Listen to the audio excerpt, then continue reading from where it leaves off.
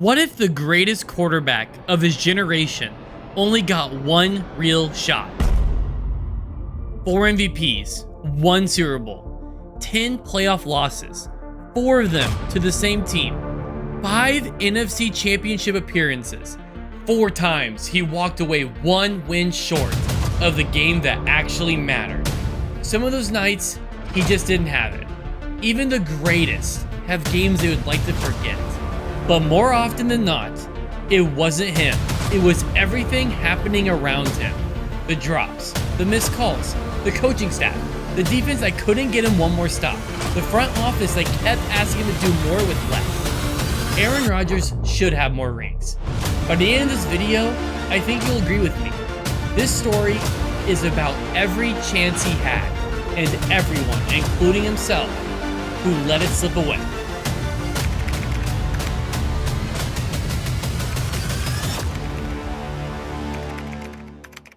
When he finally got a shot in Green Bay in 2009, after being behind Brett Favre for 3 years, he made the most of it.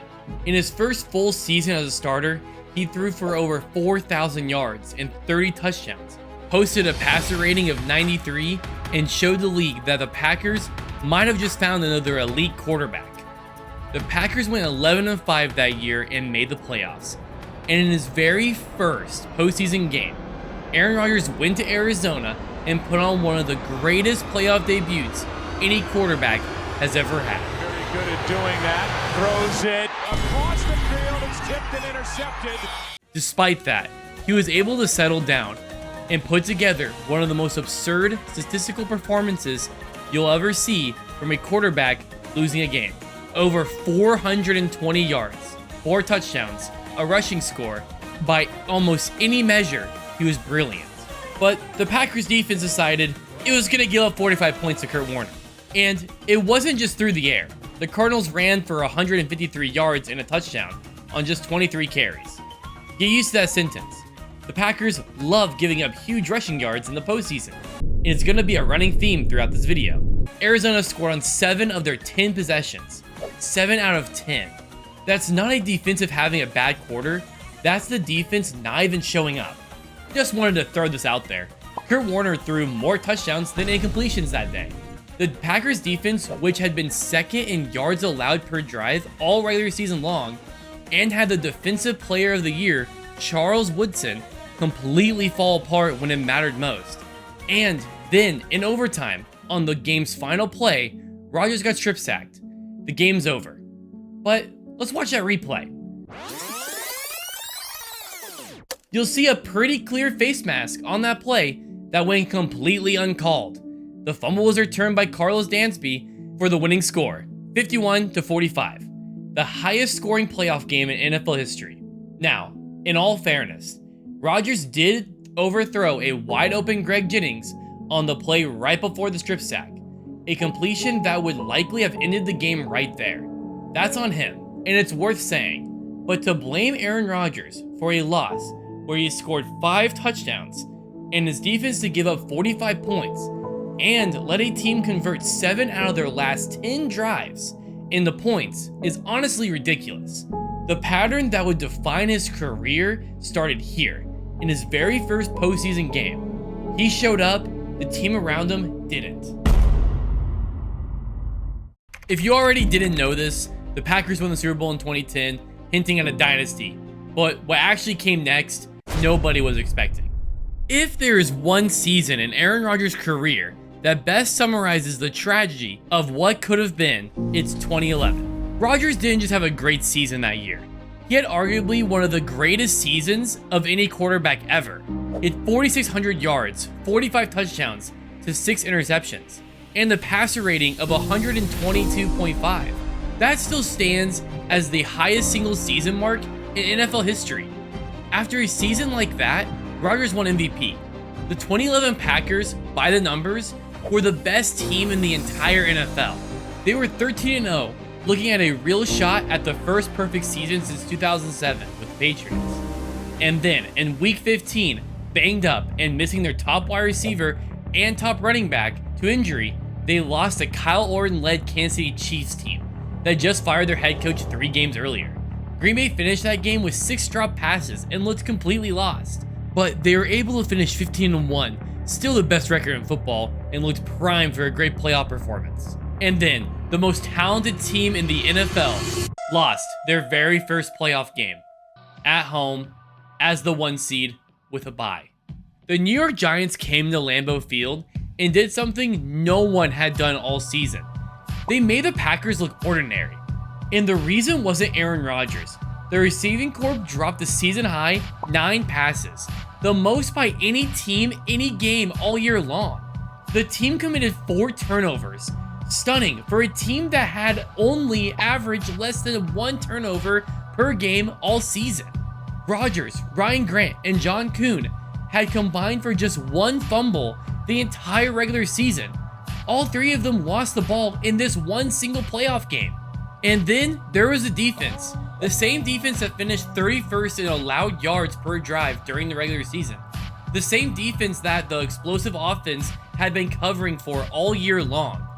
Eli Manning carved them up, threw 3 touchdowns, and posted a 129 passer rating while the Packers offense was sputtering behind all those drops. Rodgers wasn't perfect that day either. He posted his lowest passer rating of the season and missed some throws he would normally make in his sleep. But he was also playing without some of his key pieces fully right, behind receivers who couldn't hold on to the football the same way they hadn't a few weeks earlier against Kansas City, and behind a defense that couldn't stop Eli Manning. The only 2 games Rodgers had a passer rating fall below 96.7 all season were the 2 games the Packers lost. Both times, it wasn't just him. The whole structure collapsed. The 2011 Packers became the only team in NFL history to go 15-1 and not win a single playoff game. A historically dominant offense, a historically great quarterback, and nothing to show for it except for a single home playoff loss. The 2012 Packers finished 11-5. On paper, that's a solid season, but this team should have probably been 13-3, and 2 specific moments are the reasons why. First came in Week 3 against Seattle on Monday Night Football, the game that ended on the infamous Hail Mary, a blown call by replacement referees that the NFL itself later admitted should have gone the other way. The second came in the final week of the regular season, when the defense gave up 37 points to, who else? Christian Ponder. Adrian Peterson also having a historic game with 199 rushing yards and 2 touchdowns, costing the first round bye. So instead of resting and hosting a divisional round game, the Packers had to play an extra wildcard game this time. But they were easily able to handle the Minnesota Vikings without much trouble, with Aaron Rodgers throwing for 274 yards and 4 touchdowns. That performance only made what happened next feel even more shocking. The reward for winning that wildcard game was a trip to Candlestick Park to face Colin Kaepernick and the San Francisco 49ers. And it actually started perfectly. Quarterback Sam Shields picked off Kaepernick's second pass of the game and took it 52 yards to the house. Packers up early. For a moment, it looked like things were finally going their way, but everything fell apart. What happened next wasn't really a football game. It was a coming out party. Kaepernick rushed for 181 yards, an NFL record for any quarterback in a playoff game in league history, and he did it in his very first career playoff start. The Packers defense gave up 323 rushing yards as a team and 570 yards total, 45 points on 11 possessions. And it wasn't like the offense disappeared either. Rodgers and the Packers put up 31 points of their own that day. This wasn't a shootout where one side showed up and the other didn't. The offense kept pace nearly every step of the way. The problem was the defense simply couldn't get a stop when it mattered. And you cannot outscore a team racking up 570 yards, no matter how well your offense is playing. Rodgers wasn't great, but he wasn't the problem. The reality is, he would have needed to play the single greatest game of any quarterback has ever played just for the Packers to even have a chance in this game. When your defense gives up 570 yards and 45 points to a quarterback playing his first ever postseason game, the quarterback on the other side could be throwing blindfolded and you still lose. This one is simple. The defense failed him completely. And honestly, after the Fail Mary and the Ponder debacle cost him the bye week, we could argue the season was sabotaged before Rodgers even had a chance to fix it himself. The 2013 season almost didn't happen at all for Aaron Rodgers. He broke his collarbone in week 9 and missed essentially half the year. And yet somehow, someway, the Packers still won the NFC North, clinching the division on a dramatic 4th down touchdown pass in Chicago in the final week of the season. It was the kind of resilience that doesn't get nearly enough credit. Just like your guys' resilience to not hit the subscribe button. Anyway, the 2013 postseason only had one game and one chance, and it ended the same way the last two had, against the same opponent. The reward for winning the division was a home playoff game in 5-degree weather with a -10 wind chill against the same San Francisco 49ers team who embarrassed them the year before. And of course, Kaepernick found another way to run all over us again. 98 yards on just 7 carries this time. At this point, you wonder if the Packers coaching staff ever considered putting a spy on the guy. Speaking of the coaching staff, by this point, you would think someone would have asked the defensive coordinator, Don Capers, to clean out his office. This was the 4th playoff disaster in 5 years, and somehow he still had the job. Whatever Don Capers was selling to Mike McCarthy in those film sessions, McCarthy was completely buying. This game was a back and forth battle all the way through. Rodgers drove the Packers all the way down to San Francisco's 6-yard line late in the 4th quarter, but the drive stalled, and they had to settle for a field goal to tie the game at 20 with just over 5 minutes left. And then, the defense just couldn't get the ball back. Not once, not twice, but 3 separate times. They had a real chance to end the 49ers' final drive and force overtime. The most painful of those came when defensive back Michael Hyde got both hands on a pass intended for Anquan Boldin and simply couldn't bring it in. San Francisco kept the drive alive and converted a crucial 3rd down on a Kaepernick scramble and walked off with a 33-yard field goal as time expired, 23-20. Rodgers did what he needed to do in the 4th quarter, driving his team into a position to tie the game on a night where his body was clearly still not right after missing half the season. And once the game was taken out of his hands, not by one big mistake, but by 3 separate missed opportunities on a single drive, any of which would have sent the game straight to overtime. And again, Aaron Rodgers' stats weren't anything that impressive, but with him not being fully healed from his broken collarbone he suffered earlier that season, he did enough, in my opinion, to put his team in a position to at least go to overtime and possibly to win the game. But for the 3rd time in 3 years, the defense just couldn't finish the job. If you had to ask me to name one playoff loss that haunts me most as a Packers fan, I'll tell you it's this one. This season actually started super rough. The Packers were 1-2 after an ugly loss in Detroit, and the fan base was already panicking. That's when Rodgers went on a radio show and delivered the most famous 5 letters in franchise history. RELAX. Relax. If you want a full story of that season, I actually made a separate video on it, link in the description below. And he was able to back up the promise. Rodgers won his 2nd MVP that year, throwing 38 touchdowns to just 5 interceptions, and posted a passer rating of 112 over a 12-4 finish. Before the NFC Championship game, he already led a comeback win over Dallas in the divisional round, a game remembered for the controversial overturned Des Bryant catch that sealed it. The problem is, that win came with an asterisk before it even started. Rodgers had injured his calf twice late in the season and was playing through it, visibly limited the entire game. And somehow, it still didn't matter for most of the afternoon. The Packers intercepted Russell Wilson 4 times, a quarterback who had only thrown 7 interceptions all season long.